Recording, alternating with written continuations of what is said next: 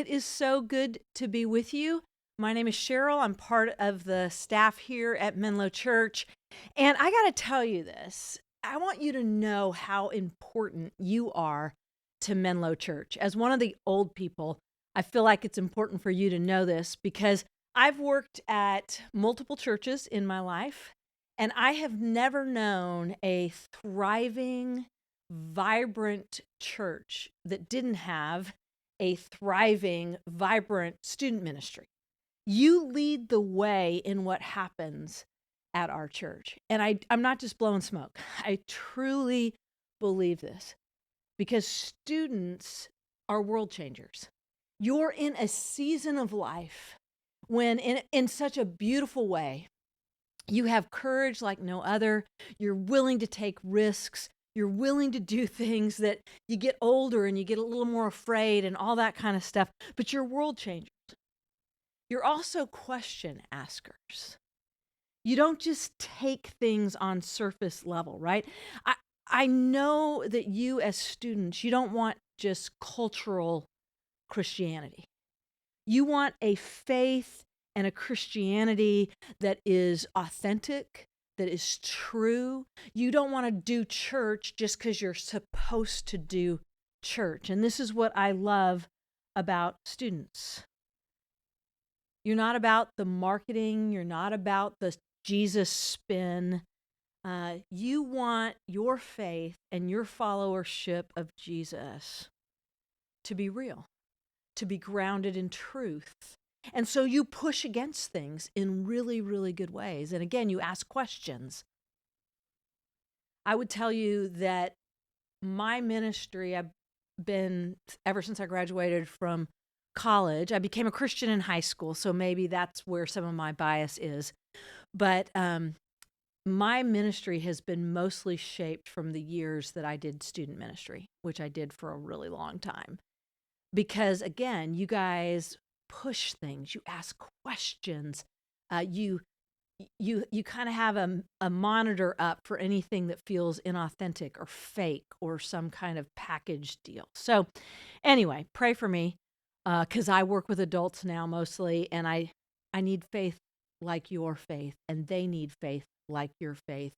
And I've seen over the years so many families transformed by the life of their student because they were doing the church thing, and then they had one of their kids really was captivated by the love of Christ and really was captivated by what it means to be one of his followers, and it transformed the whole family. So no pressure, but I'm thankful that you're a part of students at Menlo Church. We're in a series that we've called Mothers of God, and we're looking at the lives of 6 women in the family tree of Jesus, right? And what's crazy to me is if you read about and you understand the culture that the Old Testament and the New Testament and that season when those books were written in that era, the culture was not a culture that necessarily esteemed women. Women were often, not always, but women were typically marginalized. Women had status or they had identity because of men, right? You go all the way back, though, to the very beginning of the Bible in Genesis chapter 1. And what you see is you see a God who created men and women to equally bear his image. You see a God who gave women an equal role in the creative mandate, which was that men and women together would bear his image and they would co-rule over creation. This wasn't a men do that and women stand back and make the bacon or something, but together they would be co-rulers. And then sin comes along, brokenness, all the stuff that happens. And what we see really is a God who's having to pull his creation, pull humanity back to his original intent, which again esteemed women and men together, brought them in to God's purposes together, right? So we're going to look at one of these women that is in the family tree of Jesus, and that's Ruth. And I guess Esther and Ruth get books of the Bible named after them, right? Women who had that happen. And so we're going to look at Ruth and her significance in the story, the grander story of God. So let me pray. And if you've got a Bible, you can turn to Ruth chapter 1, and we'll be looking at that. Father, I thank you for these young men and women. Thank you for the student ministry here at Menlo Church. Thank you for their desire to know what is true and to know you, and to find themselves caught up in your bigger story. So I pray as we read your word, as we look at the life of this woman, Ruth, that we would come to know you better and we would come to understand ourselves better. And I pray this in Jesus' name. Amen. So in Ruth chapter 1, you see this family, and a famine has hit the land, and it's devastated this area. And if we go to verse 3, it says, now Naomi, and I'm going to just start here, Naomi's husband, because she's a key player. It's these two women, Ruth and Naomi.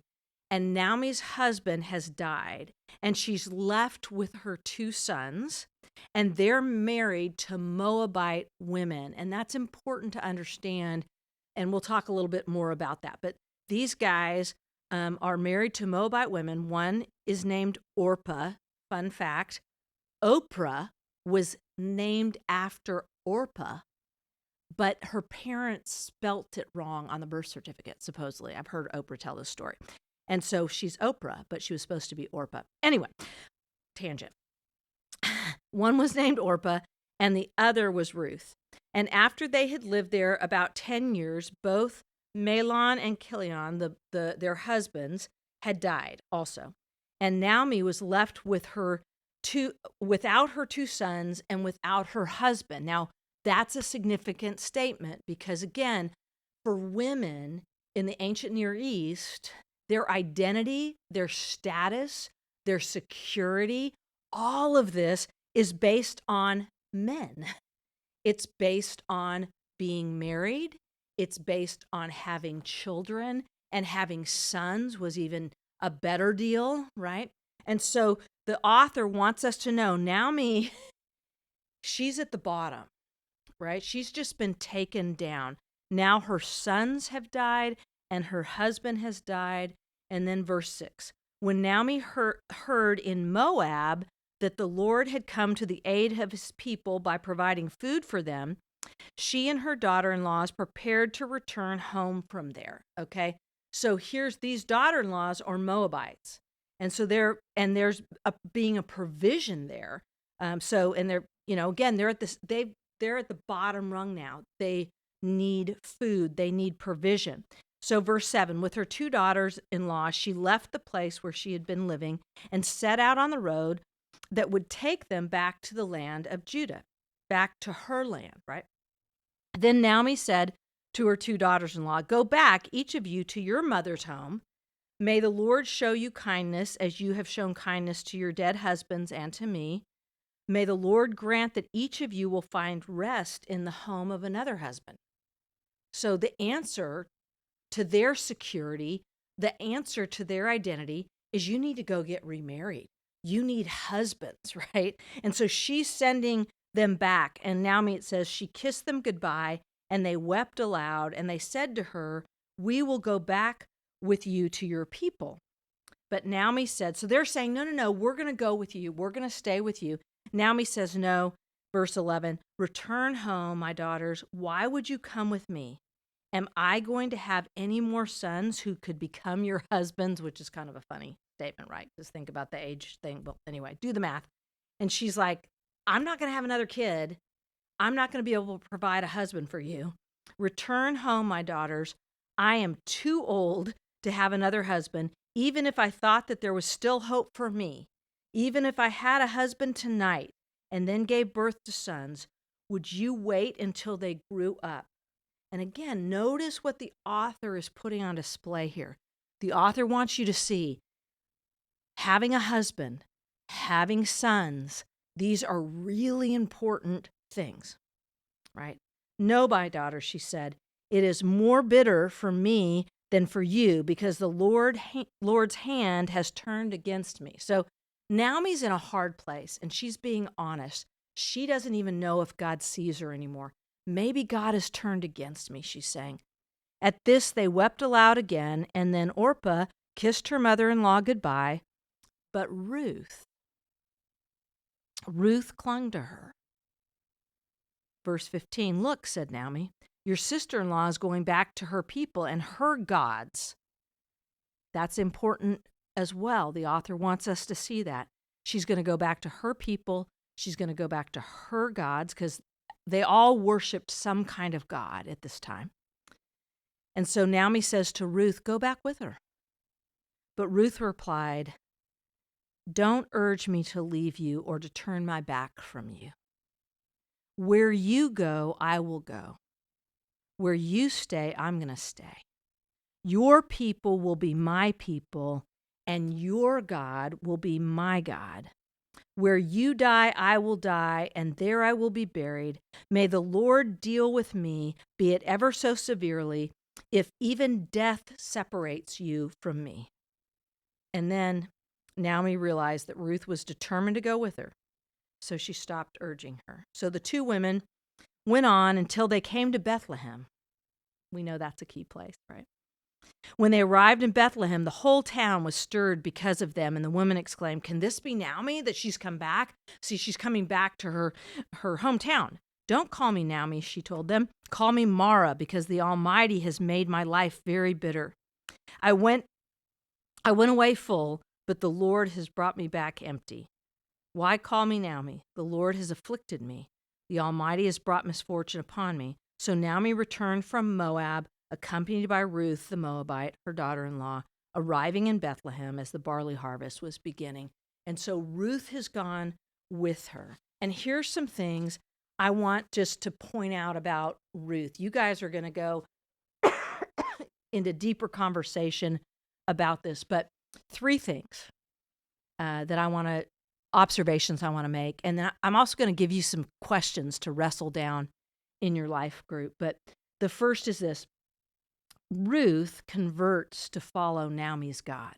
And this is really significant. And you see this, of course, in this passage. The author wants us to know that this is a story of conversion because Naomi has kind of even said to her, hey, go back to your people, go back to your gods, right?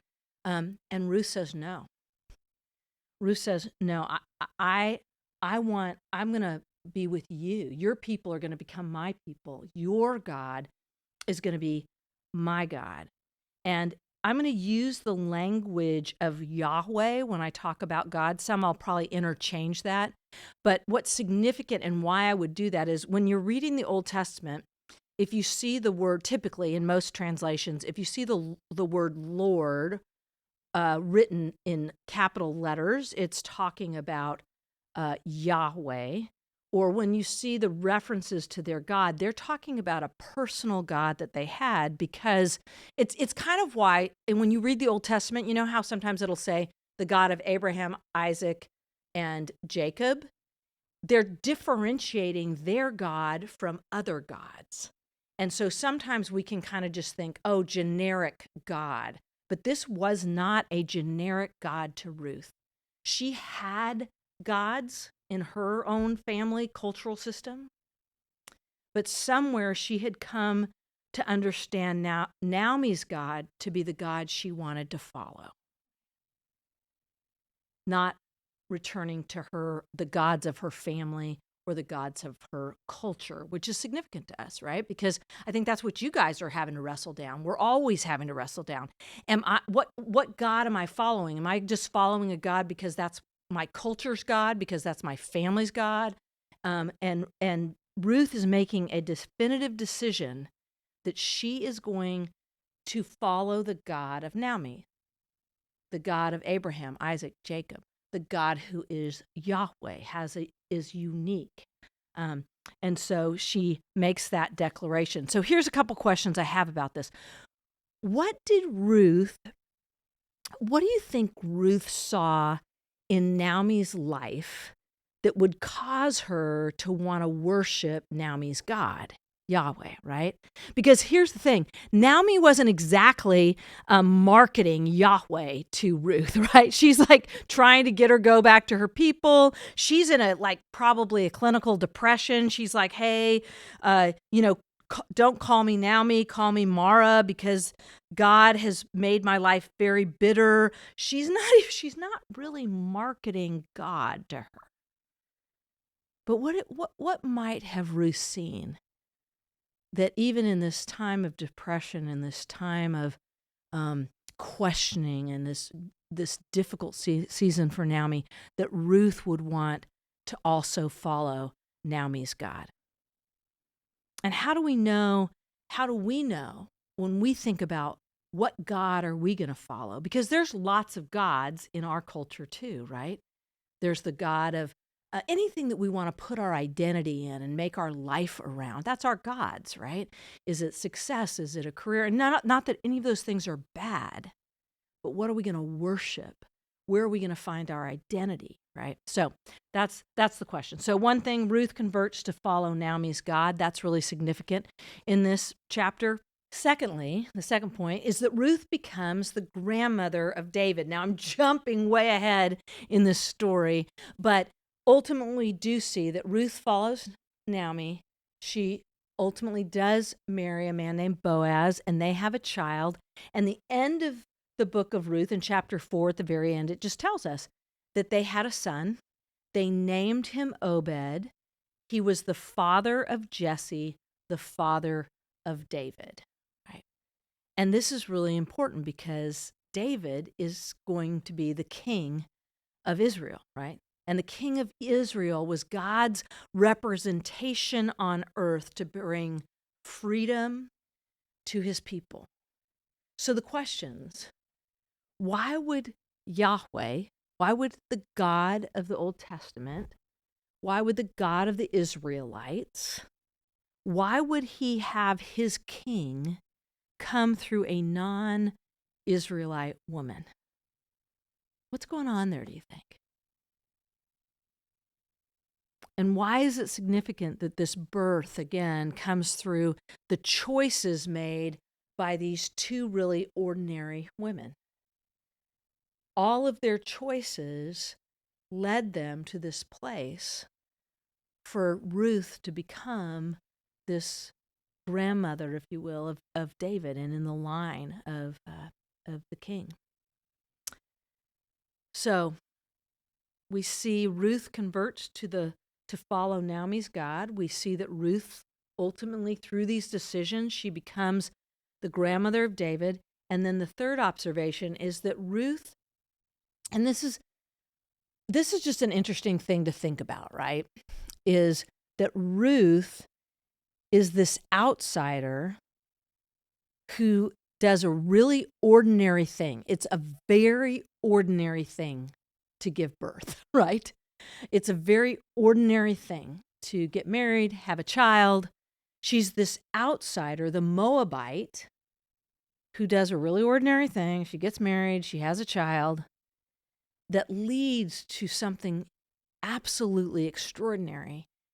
And what's always interesting to me about these kind of things in the scripture, right? Like, here's this Moabite, the outsider, a different ethnicity, a different cultural background, doing this normal thing that ends up being extraordinary in the larger story of God. But Ruth probably never knew that, right? She had no idea what was being done through her. Eugene Peterson, an author that I love, he says this, about the story of Ruth. He says it's the story of the widowed, impoverished, alien Ruth. This story is proof. It's proof that God can use anyone. Ruth is the inconsequential outsider whose life turns out to be essential for telling the complete story of God's ways among us.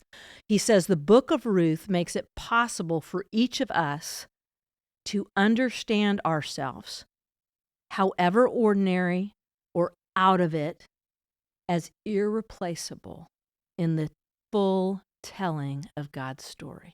I want you to hear that. The book of Ruth makes it possible for each of us to understand ourselves, no matter how ordinary we feel, or how out of it we feel, or how much of an outsider we feel. We are irreplaceable in the full telling of God's story.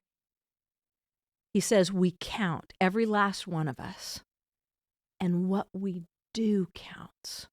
What we do matters. And like Ruth, we may never know the full end of the story. So 2 questions, and maybe if these are the only questions you wrestle down today.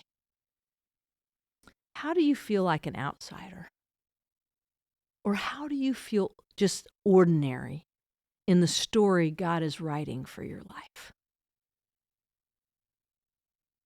And then, how might your ordinary and how might your feeling of being an outsider actually be your superpower for God's purposes? Because Ruth was just an ordinary, widowed woman at the lowest rung of the cultural ladder who God did an amazing and extraordinary thing through that she probably never knew about. She just kept putting one foot in front of the other, being faithful to where she was. And what might that mean for you?